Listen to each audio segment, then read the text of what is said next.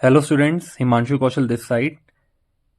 And आज हम शुरू करेंगे chapter number 3, basic programming fundamentals. पहले तो मैं आप सबका थैंक यू बोलना चाहूँगा कि आपने मेरे चैनल बिट्स विद हिमांशु को सब्सक्राइब किया और पहली जो मैंने वीडियो डाली थी शॉर्ट्स उसको काफ़ी प्यार दिया, उसके लिए आपका बहुत बहुत धन्यवाद।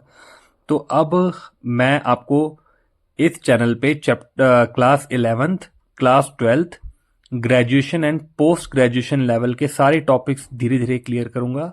आज जो मैंने टॉपिक पकड़ रखा है वो है चैप्टर नंबर 3, जिसको हम बोलते हैं basic programming fundamentals in Python. जो मैंने रेफरेंस यूज किया है वो सुमिता अरोड़ा यूज की है, बस टॉपिक देखने के लिए। बाकी जो भी ये सारा मटेरियल है ये सारा मेरा है, जो कि अब बहुत ही आसान इंग्लिश में लिखा हुआ है और आपको अच्छे से समझ भी आएगा। और मैं आपसे वादा करता हूं कि अगर आप मेरे इस चैनल को डेली लाइक सब्सक्राइब करके जो भी वीडियोस मैं डालूंगा आप उसको अगर रोज देखोगे तो गारंटी के साथ आपके सारे प्रोग्रामिंग के डाउट्स और सारी थ्योरी जो भी है कंप्यूटर साइंस की वो क्लियर हो जाएगी। तो चलिए अब हम ज्यादा टाइम वेस्ट ना करें और हम अपने टॉपिक पे आगे बढ़ते हैं। सबसे पहले हम बात करते हैं पाइथन की। आप सबको ये पता ही होगा कि जो पाइथन लैंग्वेज है वो 1991 में डिस्कवर करी गई थी ग्यूडो वैन रोसोम के द्वारा, ठीक है ना। तो अब हम उसकी प्रोग्रामिंग की पहले सीढ़ी चढ़ने जा रहे हैं। कहने का मतलब यह है कि प्रोग्रामिंग तभी बच्चों को या किसी को तभी आती है जब वो उसके बारे में अच्छे से समझे, ठीक है। तो जो सबसे पहली प्रोग्रामिंग की सीढ़ी है पाइथन में उसको बोलते हैं हम टोकन। ये टोकन क्या है? अब देखो टोकन क्या है, पहले मैं इंग्लिश में बोलूंगा फिर आपको हिंदी में समझाऊंगा। टोकन का मतलब होता है smallest individual unit of a program is known as token. इसका मतलब हो गया कि सबसे छोटी से छोटी प्रोग्राम की यूनिट जिससे हमारा एक बहुत ही बड़ा फुल फ्लेज प्रोग्राम बने उसको हम बोलते हैं टोकन, ठीक है। मुझे पता है अभी आपको इतने अच्छे समझ नहीं आया होगा, तो इसलिए मैंने इसको दो कैटेगरी में बांटा है। और स्टूडेंट्स जो भी मैं प्रोग्रामिंग कराऊंगा चाहे वो 11th क्लास की हो 12th क्लास की हो, वो मैं दो टाइप के एग्जाम्पल में देके समझाऊंगा। पहले कि हमारे जो प्रोग्रामिंग से रियल लाइफ एग्जाम्पल में क्या चल रहा है और कंप्यूटर लाइफ एग्जाम्पल में क्या चल रहा है। जैसे रियल वर्ल्ड एग्जाम्पल में हम समझते हैं कि टोकन का मतलब क्या होता है। जैसे जैसे आपकी मम्मी मदर डायरी के स्टोर गई, ठीक है, और आप भी उनके साथ गए। तो आपने क्या किया, आपकी मम्मी ने क्या किया, टोकन डाला टोकन मशीन में। जब आपकी मम्मी ने टोकन टोकन मशीन में डाला तो 1 लीटर या आधे लीटर के अप्रोक्स दूध आया। तो सिंपल सी बात है, हमने क्या डाला, हमने डाला टोकन। टोकन डाल के 1 लीटर दूध आया, तो वो ही होता है टोकन जो हम कंप्यूटर वर्ल्ड में समझेंगे। अब देखिए इन computer world example smallest individual unit is anything, कुछ भी हो सकता है वो बेटा, चाहे वो कीवर्ड हो, वेरिएबल हो, डाटा टाइप हो, कोई एक डाटा का पीस हो, कुछ भी हो, वो होता है हमारा टोकन जिससे हम उसको जोड़ते हैं। जब हम उसको जोड़ेंगे तो एक फुल फ्लेज प्रोग्राम बन के तैयार हो जाएगा। इसको हम बोलते हैं कंप्यूटर वर्ल्ड एग्जाम्पल। जैसे फॉर एग्जाम्पल मान लो जैसे ए है, ए में मैंने 10 डाल दिया। जो ए है हमारा ए वेरिएबल है, ठीक है, उसमें हमने 10 वैल्यू स्टोर कर दी। तो ये जो ए है ये हमारा टोकन भी है, वेरिएबल भी है, इक्वल्स टू भी हमारा टोकन है, हमारा ऑपरेटर है, 10 हमारी न्यूमेरिकल वैल्यू है। तो कहने का मतलब ये है कि जो भी सबसे छोटी से छोटी चीज होगी जिससे ये बड़ा फुल फ्लेज प्रोग्राम बने उसको हम बोलते हैं टोकन।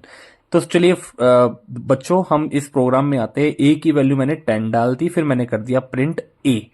तो इसकी आउटपुट आ गई 10, क्योंकि ए हमारा वेरिएबल है जिसके अंदर हमने 10 वैल्यू स्टोर कर रखी है। तो जब वो प्रिंट होके आएगी तो वो हमारा आउटपुट होगा फुल फ्लेज प्रोग्राम का।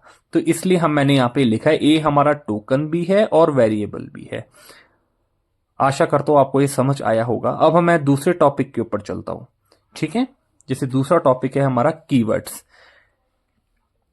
कीवर्ड्स का मतलब क्या होता है? Keywords are those reserved words which has special meaning to Python interpreter. देखिए ये ऐसे रिजर्व वर्ड्स होते हैं जो कि कुछ ना कुछ पाइथन इंटरप्रेटर के साथ स्पेशल मीनिंग बना के रखते हैं। रिजर्व वर्ड्स क्या होते हैं? सपोज करिए आपने, मैं इसका रियल वर्ल्ड एग्जांपल देता हूं आपको। सपोज करिए आपने कार ली, आपके पापा ने कार ली मारुति 800, ठीक है ना। तो उस कार के अंदर क्या लगा हुआ आया? उस कार के अंदर लगा हुआ आया स्टीयरिंग, एक्सेलरेटर, ब्रेक, क्लच। कहने का मतलब मेरा ये है कि जब भी आप गाड़ी लेते हो उसके अंदर कुछ ना कुछ रिजर्व चीजें पहले से ही होती है जिससे आपकी गाड़ी जो है एक टाइप से चलती है रोड पे और बेसिक होती है। तो वैसे कीवर्ड्स भी यही होता है कि कीवर्ड्स के अंदर कुछ ऐसे रिजर्व वर्ड्स होते हैं जिससे हमारे बेसिक और एडवांस पाइथन की प्रोग्रामिंग चलती है। फॉर एग्जाम्पल जैसे इफ हो गया, एल्स हो गया, नॉट हो गया, इन हो गया, एक्सेट्रा, बहुत सारे कीवर्ड्स है। अगर मैं वो सारे कीवर्ड्स लिखने में आऊंगा तो बहुत वीडियो लंबी बन जाएगी, शायद आपको इतना इंटरेस्ट ना आए, इसलिए मैं सोच रहा हूं कि वीडियो शॉर्ट रखूं और आपको शॉर्ट में समझाऊं। तो देखिए, टोटल बेसिकली क्या होता है बेटा, हमारे पास 36 से 39 टाइप्स के कीवर्ड्स होते हैं जो कि पाइथन के वर्जन के अकॉर्डिंग होते हैं। अगर पुराना वर्जन होगा तो 36 होंगे, न्यूअर वर्जन होगा तो 36 से 39, 39 से आगे भी हो सकते हैं, 40, 45 कितने भी हो सकते हैं। वो आपके वर्जन के ऊपर डिपेंड करता है कि कितने होंगे कितने नहीं होंगे। तो अब हम आगे चलते हैं। आगे लिखा है below shows the token chart. Token chart के अंदर हमारी सारी वैल्यूज आती है जो मैं आपको भी बताऊंगा। These are as follow. सबसे पहले आता है कीवर्ड जो कि मैं आपको पीछे समझा ही चुका हूं। फिर आता है वेरिएबल।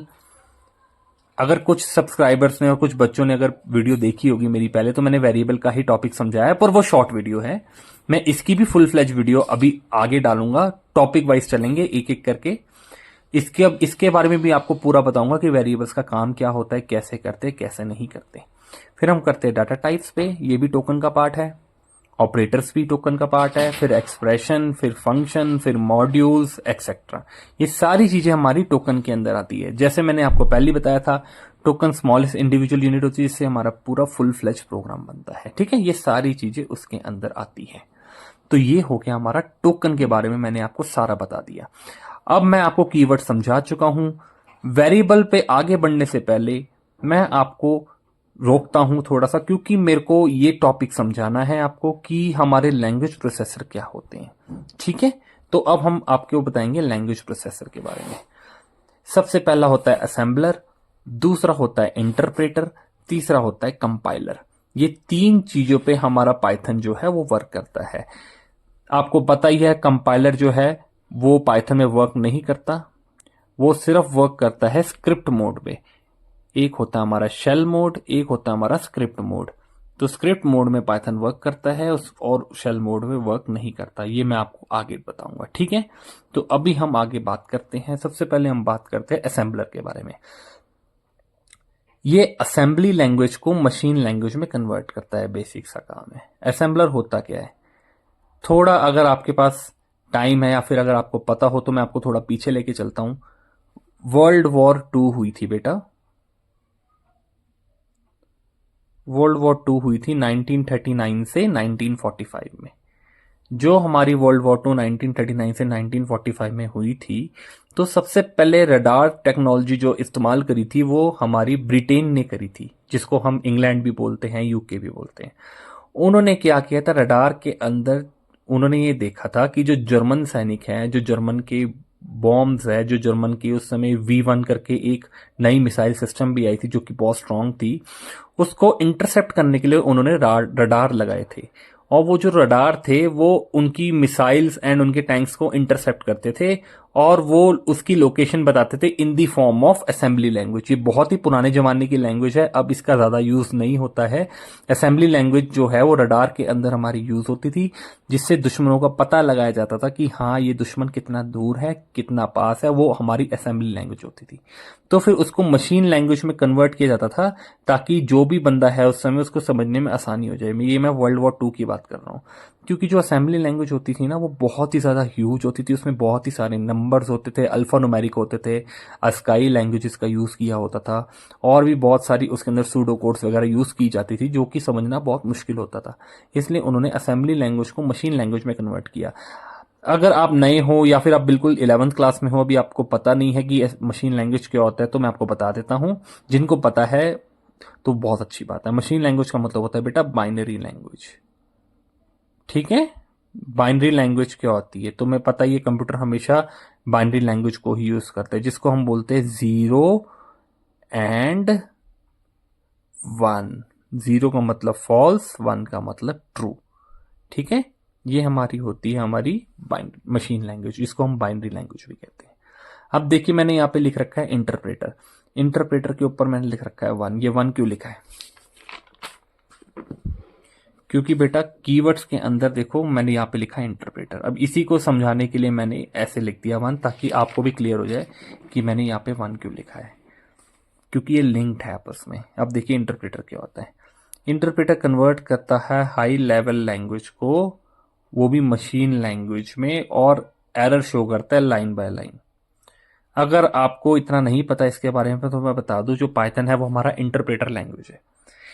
इंटरप्रेटर बेसिकली करता क्या है, हाई लेवल लैंग्वेज को मशीन लैंग्वेज में कन्वर्ट करता है और एरर शो करता है लाइन बाय लाइन। एक एरर शो कर दिया एक लाइन में, फिर दूसरा एरर शो कर दिया दूसरी लाइन में, तीसरा एरर शो कर दिया तीसरी लाइन में। इसका मतलब ये हुआ कि इंटरप्रेटर जो है वो एरर तो बिल्कुल अच्छे से शो करेगा, सब कुछ बताएगा, पर अगर ये लाइन बाय लाइन करके शो करता है तो इसका मतलब ये है कि हमारा इंटरप्रेटर स्लो है। तो जो कंपाइलर वाली लैंग्वेज होती है, जो मैं अभी आपको बताऊंगा, वो बहुत फास्ट होती है। जो इंटरप्रेटर वाली लैंग्वेज होती है बहुत स्लो होती है। पाइथन हमारी इंटरप्रेटर वाली लैंग्वेज है। अगर कुछ बच्चे जैसे जो ग्रेजुएशन कर रहे हैं, जो 12th क्लास में हैं, अगर वो C++ का या फिर जावा का प्रोग्राम रन करेंगे और एक जगह पाइथन का प्रोग्राम रन करेंगे, तो पाइथन का प्रोग्राम की आउटपुट बाद में आएगी और अपनी जावा और C++ की पहले आ जाएगी। क्यों? क्योंकि वो कंपाइलर टेक्नोलॉजी यूज करते हैं रादर देन इंटरप्रेटर। तो इसलिए हम एक लिमिटेशंस ऑफ पाइथन में ये भी लिख सकते हैं कि पाइथन इंटरप्रेटर लैंग्वेज है, और ये जो हमारी आउटपुट है वो लेट दिखाता है थोड़ी सी, मतलब मिली सेकेंड्स का या फिर 1 सेकेंड का फर्क पड़ता है बस। तो इसलिए इंटरप्रेटर वाली जो लैंग्वेजेस हैं वो आउटपुट निकालने में स्लो होती है। अब हम बात करते हैं कंपाइलर की। कंपाइलर कन्वर्ट करता है हाई लेवल लैंग्वेज प्रोग्राम को मशीन लैंग्वेज में एक साथ। याद रखिए इंटरप्रेटर तो एक एक करके करता है ना, एक लाइन बाय लाइन करके, पर ये एक साथ कर देगा और जितने भी एरर्स है ना वो दिखा देगा, इवन उनके लाइन नंबर भी दिखा देगा। फॉर एग्जांपल जैसे मान लीजिए कि कोई एक एरर आ गया, सिंटैक्स एरर, ठीक है ना, तो उसका सेमी कॉलन नहीं लगा हुआ, तो वो ये भी दिखा देगा कि सेमी कॉलन मिसिंग, आप ये यहाँ पे लगाइए। तो ये कंपाइलर होता है। जो कंपाइलर है ये इंटरप्रेटर से फास्ट होता है और जल्दी सारी लैंग्वेजेस को एग्जीक्यूट करता है रादर देन इंटरप्रेट। तो ये एक ड्रॉबैक है पाइथन का, एक नहीं वैसे तो बहुत सारी ड्रॉबैक है, बट वो मैं आगे डिस्कस करूंगा। तो फिलहाल स्टूडेंट्स आज के लिए इतना ही। नेक्स्ट क्लास में मैं वेरिएबल डिस्कस करूंगा और आपको एक बेसिक छोटा सा प्रोग्रामिंग का हिंट दूंगा कि वो कैसे चलती है। तो मैं वेरिएबल डिस्कस करूंगा नेक्स्ट क्लास में अच्छे से, फिर आपकी बेसिक प्रोग्रामिंग शुरू कर दूंगा हेलो वर्ल्ड वाली। उसके बाद फिर जैसे ये टॉपिक आगे चलते जाएंगे, डाटा टाइप्स वगैरह, तो मैं आगे चैप्टर बढ़ाते जाऊंगा और आपको सारी की सारी चीजें समझाते जाऊंगा। आशा करता हूं कि आपको मेरा आज का जो टॉपिक है वो समझ आया होगा। Himanshu Kaushal this side. Thank you for subscribing my YouTube channel bits with Himanshu. ऐसे ही मजेदार कंटेंट्स के लिए आगे मेरे को सब्सक्राइब करते रहिए। और हाँ, आप ये कर लेंगे तो आपको मैं गारंटी देता हूं, आपको किसी भी ट्यूशन की जरूरत नहीं पड़ेगी कंप्यूटर साइंस की। आप मेरे चैनल को फॉलो करेंगे तो आपकी सारी चीजें मैं कवर अप करते चलूंगा। Thank you. कोई भी क्वेरी या फिर मेरे को कोई भी सुधार करना हो तो मेरे को कमेंट में बताना। थैंक यू सो मच बच्चों, बाय।